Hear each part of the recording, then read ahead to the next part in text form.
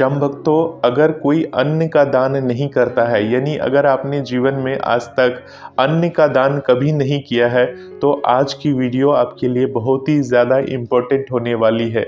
इस वीडियो के माध्यम से आप जानेंगे कि अन्न का दान करना कितना ज़रूरी होता है। आप लोग देखते होंगे जगह जगह लोग भंडारा करवाते हैं और जगह जगह लोग अन्न वितरण करते हैं। आपने देखा होगा गरीबों को अन्न वितरण, कंबल वितरण, यानी जो कुछ है वो वितरण किया जाता है। तो क्यों वितरण किया जाता है, इसके बारे में आज आपको इस वीडियो के माध्यम से मैं पूरी बात बताने वाला हूँ, क्योंकि आज की वीडियो बहुत ही अधिक इम्पोर्टेंट है और ये वीडियो जो है षष्ठ तिला एकादशी के ऊपर है।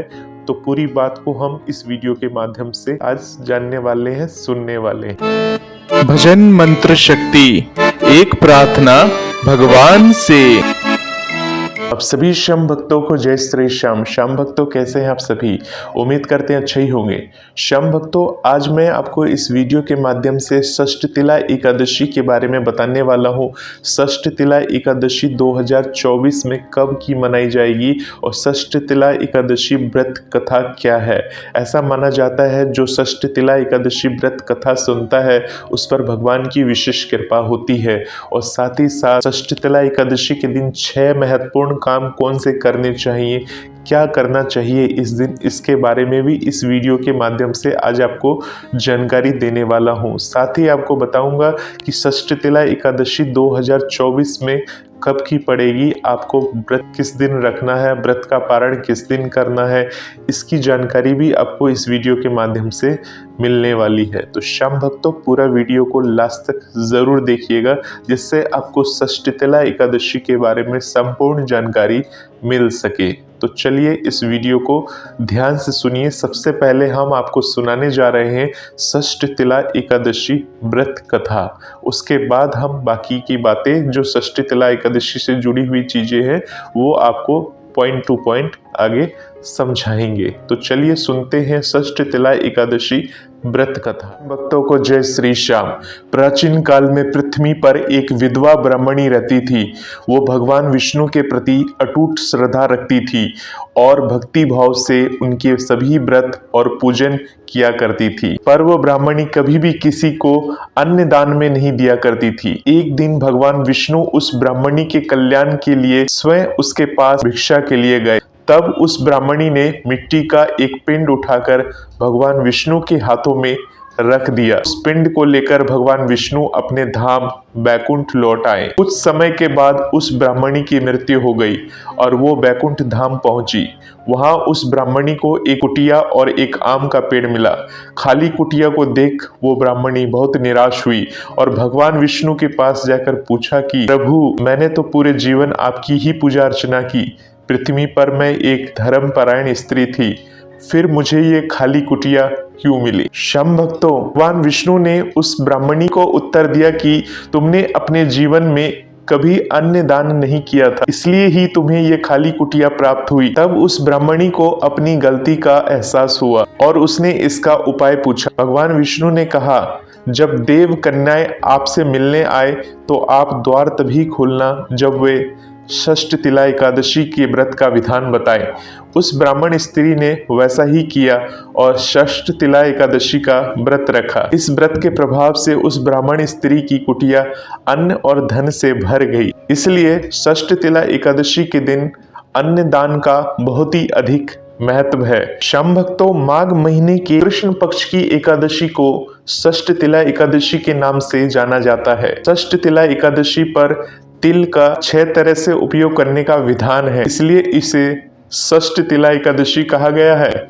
इस दिन तिल से भगवान विष्णु का पूजन करने पर नरक की प्राप्ति नहीं होती है। स्वर्ण दान के बराबर पुण्य फल मिलता है। षष्ठ तिला एकादशी के दिन तिल से स्नान, तिल का उपटन लगाना, तिल से हवन, तिल से तर्पण, तिल का भोजन और तिल का दान करने पर स्वर्ग की प्राप्ति होती है। जीवन में प्रगति के लिए इस दिन स्नान के पानी में थोड़ा सा गंगा जल और कुछ तिल के दाने मिलाकर स्नान करें।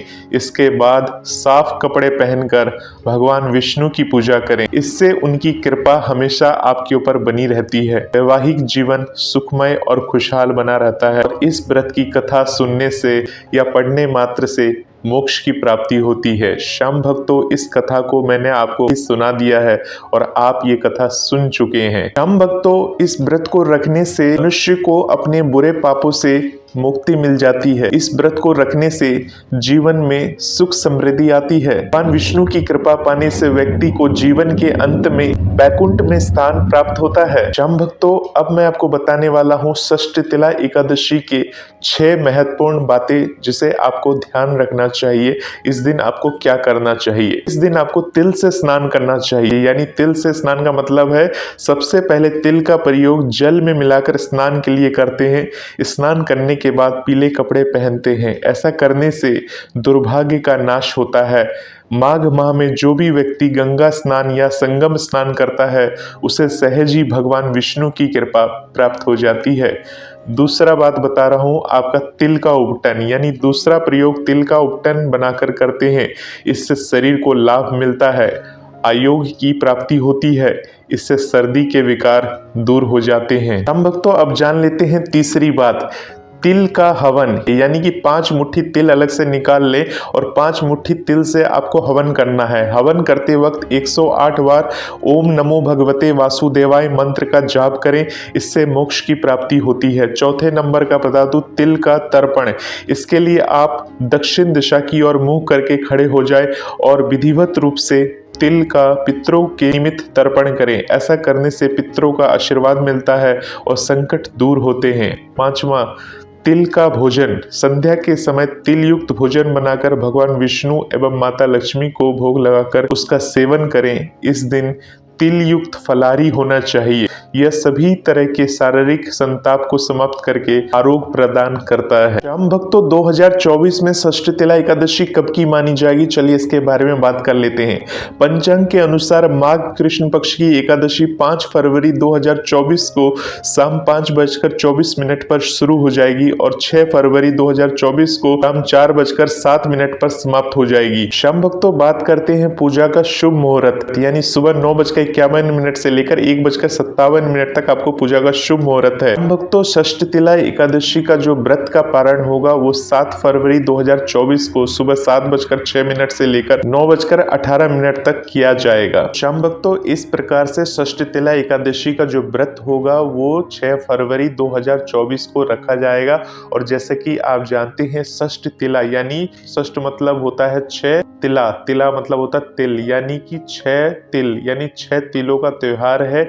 यानी कि षष्ठतिला एकादशी इसलिए भी महत्वपूर्ण मानी जा रही है क्योंकि ये 6 फरवरी 2024 को, यानी जिस प्रकार से इनका नाम है उसी प्रकार से इनकी तिथि है, तो ये बहुत अधिक महत्वपूर्ण हो जाती है जो इस दिन षष्ठतिला एकादशी का व्रत रखते हैं। तो होपफुली आप पूरी बात समझ चुके होंगे। सभी श्याम भक्तों को जय श्री श्याम।